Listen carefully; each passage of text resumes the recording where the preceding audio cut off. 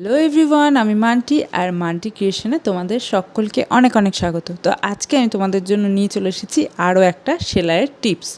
তো আমরা কিন্তু বেশিরভাগই ব্লাউজ যখন বানাই তখন কিন্তু ব্লাউজের মধ্যে পাইপিং ইউজ করি।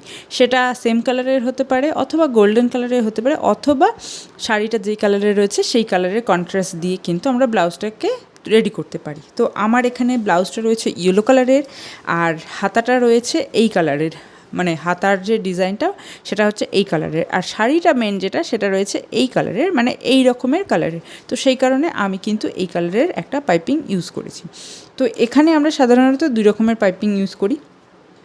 এক তো হচ্ছে মোটা, এই যে এটা হচ্ছে একটু মোটা, যারা একটু মোটা পাইপিং পছন্দ করে, মানে বেশি ভিজিবল হবে, বেশি ভালোভাবে কালারটা দেখা যাবে, তো সেই জন্য তারা অনেকে মোটা পাইপিং ইউজ করে। আর কিছু আছে যারা হালকা একটা সরু পাইপিং ইউজ করে। তো আমি বেশিরভাগ ক্ষেত্রে কিন্তু এই সরু পাইপিংটাই ইউজ করি, কারণ এটাতে কিন্তু ফিনিশিংটাও ভালো আসে, দেখতেও বেশ সুন্দর লাগে। জাস্ট এইরকম একটা কালারের মধ্যে এইরকম জাস্ট একটা, এই যে দেখো, জাস্ট একটা পাইপিং কালারের শেড দেখা যাবে। তো আমি সবসময় এই ধরনেরই পাইপিং ইউজ করি, বা আমার কাস্টমাররা সাধারণত এই পাইপিংটাই চায়, তো আমি সেই জন্য সরুটা ইউজ করি।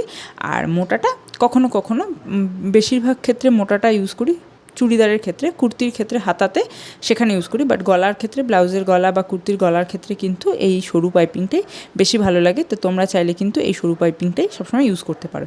তো আজকে যে টিপসটা আমি তোমাদেরকে দেবো সেটা হচ্ছে, পাইপিং লাগানোর পরে এই যে গলার দিকের এই যে পোর্শনটা থাকে, যেটা হচ্ছে স্টার্টিং হয় আর দুপাশেই সামনে এই যে স্টার্টিং যেটা হয়, তো সেখানে যখন আমরা পাইপিংটা লাগাই, তো লাগানোর পর যখন আমরা কাপড়টাকে ফোল্ড করি তখন কিন্তু এই জায়গাটা অনেকটা মোটা হয়ে যায়। যখন আমরা এইভাবে ফোল্ড করব, তো তখন আমাদের এই জায়গাটা কিন্তু মানে একদম টপ যে অপশানটা আছে সেই জায়গাটাতে কিন্তু এইটা অনেকটাই শক্ত হয়ে যায়। তো সেই জন্য আমরা কি করতে পারি, আমরা যে মাথার দিকের যে পাইপিংয়ের অংশটা আছে, এই যে সুতোটা যখন আমরা পাইপিং সেলাই করব তখন কিন্তু এক্সট্রা করে খানিকটা বের করে রাখবো। আমার এদিকেও বের করা ছিল, আমি সেটাকে কাটিং করে নিয়েছি।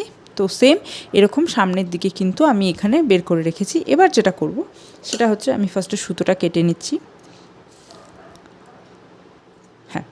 তো এবার যেটা করব, এই যে পাইপিংটা রয়েছে এইখানে আমার এতটুকু কাপড় বাড়তি, যেটাকে আমি ভেতরের দিকে দিয়ে আমি এখানে স্টিচ করব, এইভাবে স্টিচ করে নেবো, এইভাবে স্টিচ করব। তারপরে এটাকে এইভাবে স্টিচ করে তারপরে এটাকে হাত দিয়ে সেলাই করলে এই যে জায়গাটা, এই যে অপশানটা রয়েছে এইখানে কিন্তু আমার কাপড়টা মোটা হবে না, আর ফিনিশিংটা খুব সুন্দর আসবে। মানে এই যে মাথার দিকের এইখানে পাইপিংটা কিন্তু খুব সুন্দরভাবে সেট হবে। তা না হলে কিন্তু যদি আমি মোটা অংশটাকে ভেতরে রেখে এইভাবে করি তাহলে কিন্তু এই জায়গাটা একটু ফুলে থাকবে, মানে এইরকমভাবে ফুলে থাকবে, বসবে না, এই জায়গাটা একটা ফোলা একটা ভাব তৈরি হবে। তো সেই জন্য আমাদের যেটা করতে হবে, এই যে অংশটা, এই জায়গাটা সামনের দিকটা আমরা একটু লুজ রাখবো। তারপর কাপড়টাকে টেনে, এই যে টেনে আমাদের ঠিক যতটা দরকার মোটামুটি একটা আইডিয়া করে মার্কিং করে নেব। তারপরে আমরা পাইপিংটাকে এখান দিয়ে কেটে দেব। কেটে দিলেই কিন্তু এই যে দেখো, এখানে সামনের দিকের পোর্শনটাতে কিন্তু আমার কোনো পাইপিং নেই। তো এইবার আমি যখন করব, দেখো এই জায়গাটা কিন্তু একদম বসে যাচ্ছে। তারপরে আমি এইভাবে স্টিচ করব। তো এই যে আমি গোটা পাইপিংটা লাগিয়ে নিয়েছি, এখানে ভেতরের দিকে কাপড়ে কিন্তু কাটও লাগিয়ে নিয়েছি। আর এবার কিন্তু এটাকে এইভাবে দু সাইডেই সেম হবে। এই যে দেখো, এখানে কিন্তু কোনো মোটা ভাব তৈরি হচ্ছে না, এখানে কিন্তু এটা বেশ সুন্দরভাবে ফিনিশিংভাবে পাইপিংটা বসে যাবে। জাস্ট হাত সেলাই করার পরে কিন্তু এটা ফিনিশিংটা সুন্দরভাবে আসবে। তো তোমরা যদি চাও এইরকমভাবে পাইপিং ইউজ করতে, তাহলে কিন্তু এইভাবেই পাইপিংটা ইউজ করে দেখবে তোমাদের কুর্তি বা ব্লাউজে কিন্তু পাইপিংয়ের যে ফিনিশিংটা সেটা কিন্তু খুব সুন্দর আসবে। আর চেষ্টা করবে পাইপিংটা সবসময় এইভাবে সরু করে স্টিচ করতে, যাতে কিনা ফোল্ড করার পরে গলার যে ডিজাইনটা, গলার যে শেপটা সেটা কিন্তু খুব সুন্দরভাবে ফুটে উঠবে। এই যে দেখো, আমি কিন্তু এইভাবে পাইপিংটা ইউজ করব। তো তোমাদের কার কার এই ভিডিওটা ভালো লাগলো প্লিজ কমেন্ট করে জানাবে।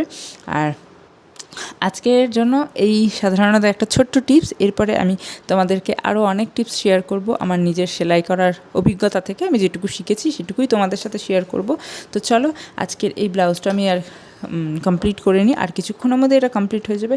তো তোমরা প্লিজ জানিয়ে এই ব্লাউজের ডিজাইনটা কেমন হয়েছে, কালার কম্বিনেশনটা কেমন হয়েছে, কারণ এটা আলাদা কাপড়, এটা আলাদা কাপড়। তো দুটোকে কালার কম্বিনেশন করে ব্লাউজটা রেডি করা হচ্ছে। তো প্লিজ যদি ভালো লেগে থাকে তাহলে কমেন্ট করবে আর শেয়ার করতে অবশ্যই ভুলবে না একদমই। আর যারা নতুন আমার চ্যানেলে রয়েছে তারা কিন্তু সাবস্ক্রাইব করতে আরও ভুলবে না, আর নোটিফিকেশান বেলটা অন করে নেবে, তাহলে আমার চ্যানেলে যত ভিডিও আসবে সমস্ত কিন্তু তোমরা নিজেদের নোটিফিকেশানে পেয়ে যাবে আর সঙ্গে সঙ্গে সেই ভিডিওটা চেক করতে পারবে। তো চলো আজকে ভিডিওটা এখানেই শেষ করছি, এরপরে দেখা হবে আবার একটা নতুন কোনো কাজ বা টিপস বা কোনো আনবক্সিংয়ের ভিডিও নিয়ে তোমাদের সাথে আবার দেখা হবে। খুব ভালো থাকবেন, টাটা।